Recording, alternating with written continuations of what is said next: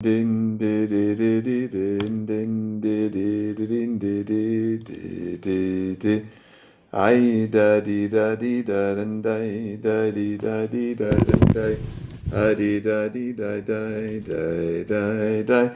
Di di di di. Di di di di di di.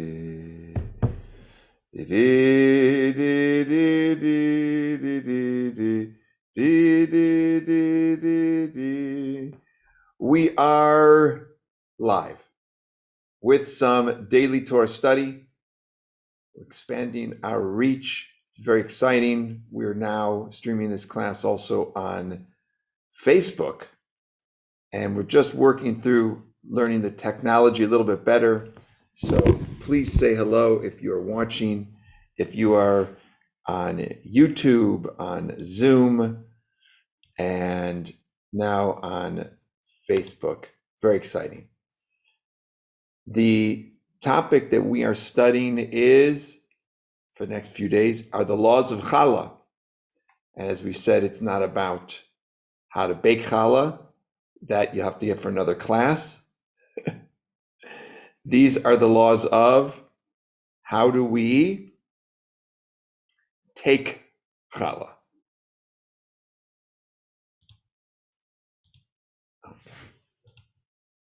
We're in chapter 35 in the Kitzur Shulchan Aruch. If you want to pull up the text and follow along in the text, you can, or you can just listen.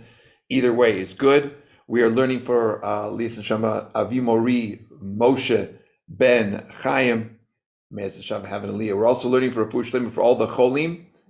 And we should know that we have a lengthy list of people that we are davening for, that we are thinking about.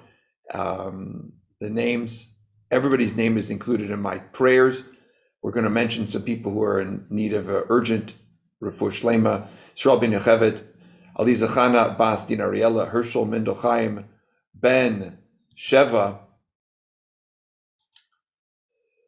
Leah Bas Freda Avram Ben Mindel, Ruth Batsara, Goldman Yiswen Zvora Din Bat Mindel, Aaron Ben Gittel, Yeshua Ben Bluma, Harriet Bat Lillian, Emmanuel Ben Juliet, Clarice, Clara Bas Etta, Chava Bas Dina, Mecholav Ben Zipporah, and please, send in your names, and they'll all be in my prayers, and we'll try to mention them during our class. And if you have a question, feel free to put it in the chat. We will try to get to it. If we can't get to it immediately, we'll get to it by the end of the shiur.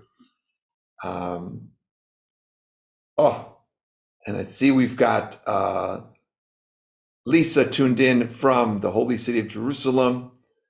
We've got some folks here from New York and from Los Angeles. We are now truly global. Okay, everybody, let's get into the text. Remember that the amount of dough one has to take is dependent on volume. And lots of things come up. So what happens if you've got two portions of dough that are kneaded separately? Each one on its own is not necessarily enough to take challah and to burn it in the oven separately. But subsequently, after you've kneaded them, then they're joined together. Are they now going to be subjected to the laws of Challah? So this is interesting because now it's Inyana Diyoma, where it's suggested by the sages that 30 days before a festival we start reviewing the laws, and we have Passover coming up, and so here we're going to learn some halacha about Passover and taking challah. And even though we ourselves are not baking our own matzah, the question arises, and we should know what to do. The matzah that we bake for Pesach also has the challah obligation.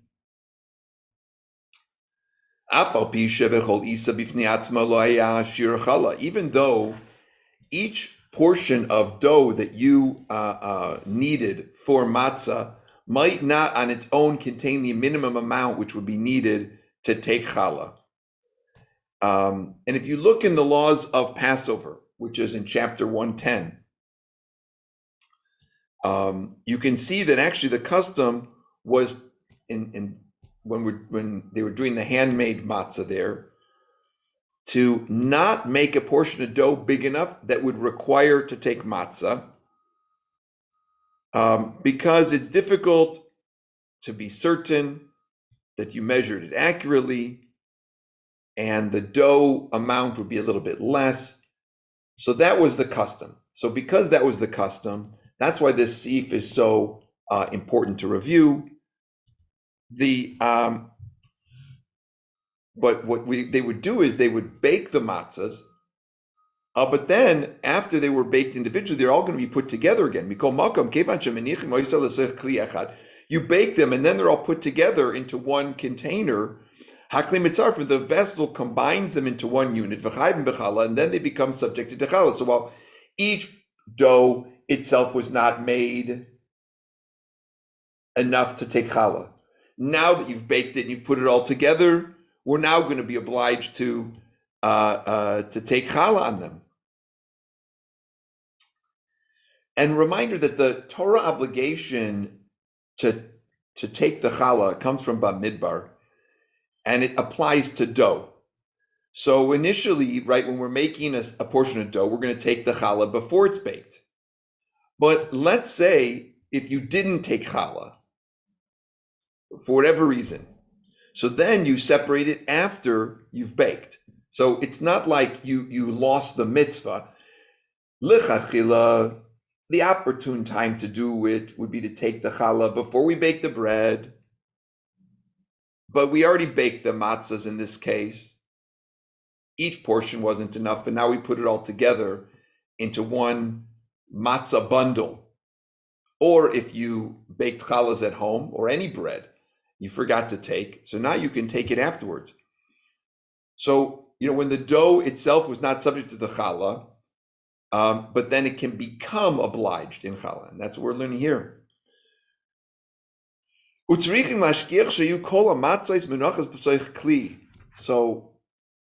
if you ever had the opportunity to bake challah, it is magical to be involved in the baking of challah. I highly recommend.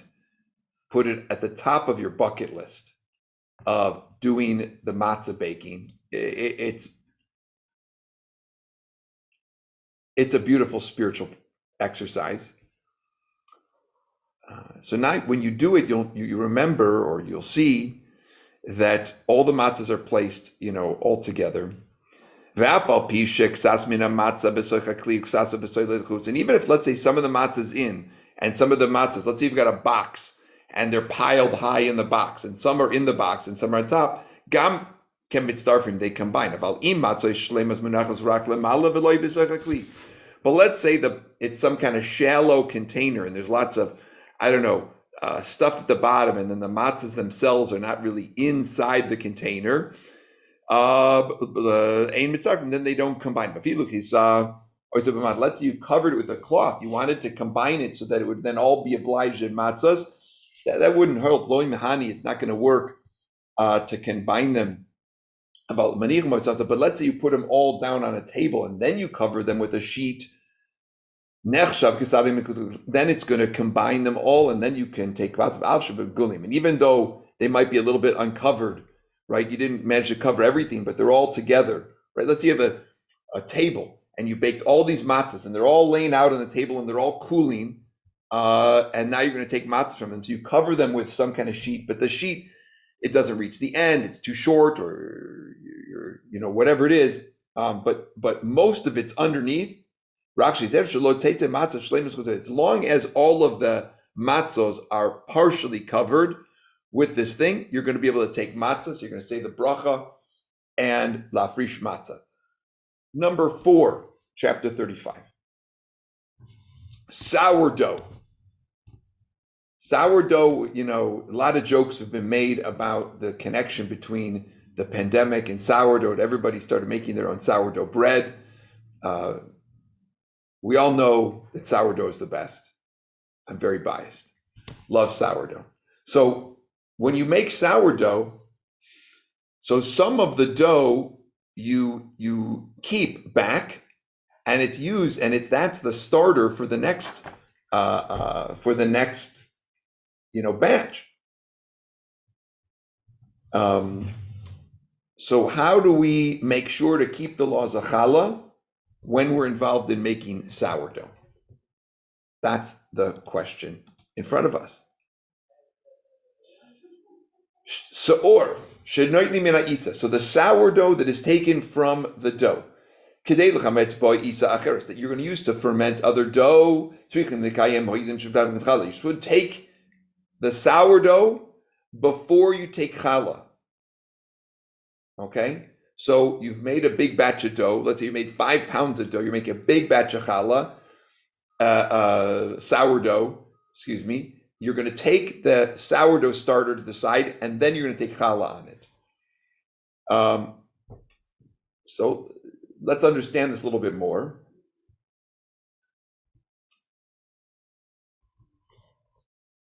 Although challah can be separated from dough, one dough for another dough, it only works if the dough itself being separated is subject to challah.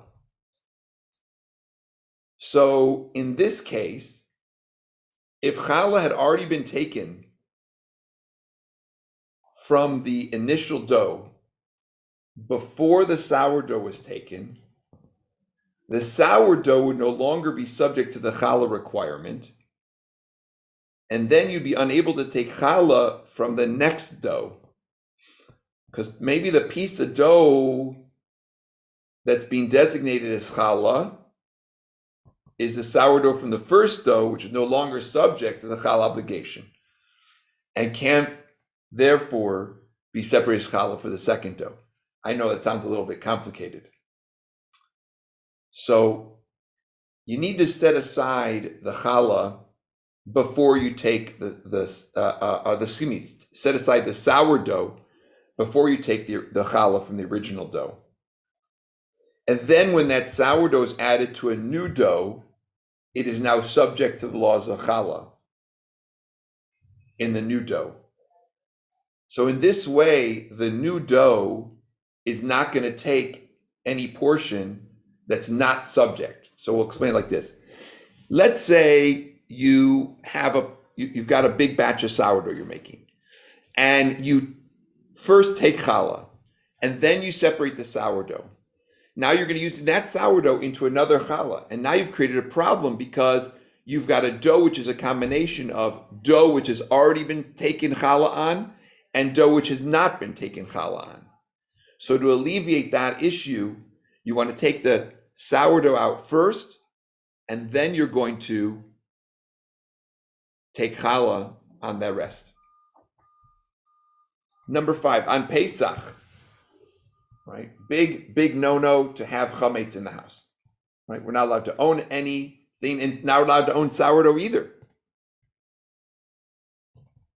So how do you bake bread after Pesach? If you want to make sourdough, and people can go get little Fleischmann's or Red Star packages of yeast,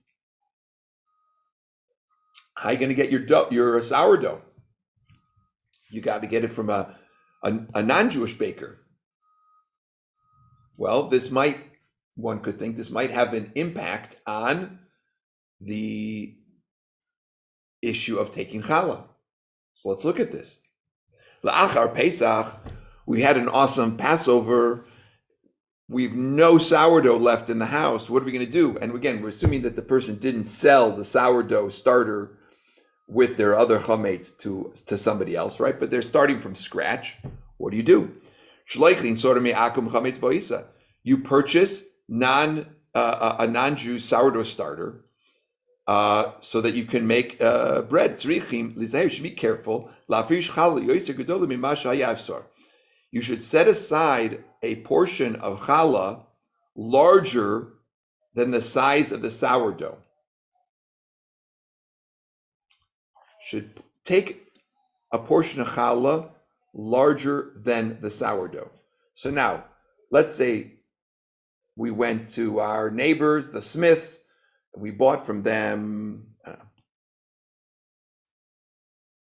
3 tablespoons of sourdough starter, whatever that amount is. We want to make sure that when we take challah, we take a larger amount. The reason is this. When your non-Jewish baker next door made his sourdough or her sourdough, that challah that they're making, that dough they're making, is not subject to the laws of taking challah. It's totally, they don't have to do that mitzvah. They just make their sourdough and all's good. And when you purchase or accept as a gift this sourdough from the non-Jewish baker, you have a similar issue which we had in the previous paragraph. How do you take challah from dough that has been leavened by sourdough that was from a batch of dough which was not obliged in challah? So perhaps we have to say that the portion of dough designated as challah will be the sourdough itself. In other words, if you take the same amount, it's as if you're just taking from that person's sourdough, Mr. Smith's sourdough, you're putting it in your dough, and then you're going to take a similar sized portion away as challah. It's like you're taking the same thing. So it gets very complicated. We're not going to go into all the details about why this works. But the answer is, to avoid this potential issue, we're going to, very easy, just take a larger portion of challah than we normally would. Okay. Number 6, ha'oisei isa, somebody's making dough. I'm getting hungry with all this talk of sourdough and fresh bread. Anybody else getting hungry? How you say now you're making dough, but you're going to do something else with it. You're not putting it in the oven to make sourdough. Oh, we're going to boil it or we're going to fry it. So do you take challah the same way if you're making a dough that's going to be deep fried or just pan fried or boiled? So the answer is, when you mix up dough with the intention of baking it in the oven, that's really when it becomes obligated in challah, in taking challah. And this obligation is going to remain even if you changed your mind and didn't make it into bread, but you cooked it in a pan or you boiled it. However, if the time of kneading the dough, you already knew you're going to put this in a pan baked. You weren't going to bake it in the oven from the very beginning that you set out. So now we have a little bit of an interesting discussion. Do you make a blessing on it or not? You're making dough, but you're not making dough for what we would call classical bread baked in the oven. So if you look at the sages on this issue, some of them maintain that if at the time of kneading the dough, you knew you were going to cook it or fry it and not make it into bread, and then you cooked it and fried it, it's still subject to challah. In other words, it's a kind of a bread. You're making dough. Take challah from it. But the Shulchan Aruch rules that since it was never destined to be baked, it doesn't become subject to the challah obligation. In other words, there's a dispute among the rabbinic authorities if all challah requires it or only challah which is going to be put in the oven requires it. And since there is this debate, we always say bracha, safek bracha, remember? Lachmir. We're going to be stringent. We're not going to say a blessing in vain. If there's a uncertainty about the blessing, we're not going to say it.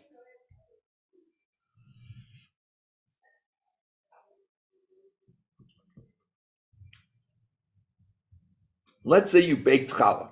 Sorry, let's say you made dough. And you're gonna, and I've never done it, but it sounds really good. You put it in a pan, you're gonna fry up this dough. Then you changed your mind. And you're like, oh, you know what? We really could use a loaf of bread. I thought we had an extra one in the fridge. Now what do? You've already made the dough. Now you changed your mind. Do you take challah or not? Of course you take challah. Do you say a blessing? Now, if you've changed before you baked it, and you're going to put it in the oven now you're going to say the blessing. Even though you originally intended to, or she, fry it or boil it. I've never had boiled bread.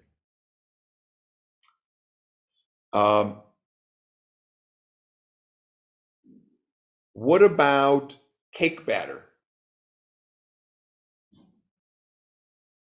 So a cake batter, although it is subject to the challah requirement, is not subject to this requirement unless it's being baked. Challah is separated after baking it with certain cakes. But let's finish number 6 here. So you've got this dough. You've decided you're going to fry it or boil it, okay? But then you made dough that you're going to do both for. Some of it you're going to fry and some of it you're going to put in the oven. Even if only a small amount is going to go in the oven, then you're going to say the bracha on challah. Because as long as some of it's being used for baking, you're fine. So let's say you're making up a batch, and some of you are going to do this with, and some are going to do this with. If any of that's going to be baked, then you're going to make a bracha. In our next class, we're going to get into doughs which are not made with just water. They might be made with other things like eggs, fruit juices, and so forth. We will talk a little bit more about cake. Everybody have a phenomenal day, and we'll see you soon.